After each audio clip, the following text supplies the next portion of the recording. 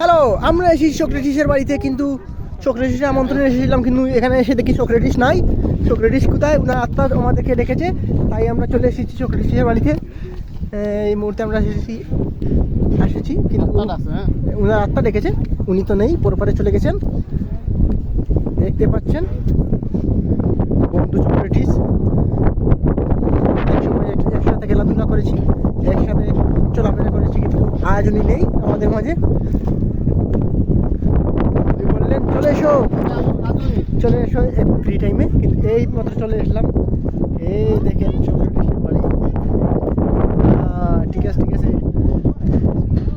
খুব সুন্দর একটা জায়গা।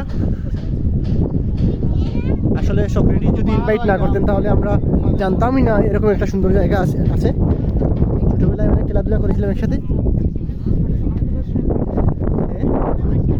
এই দেখেন অনেক সুন্দর জায়গা।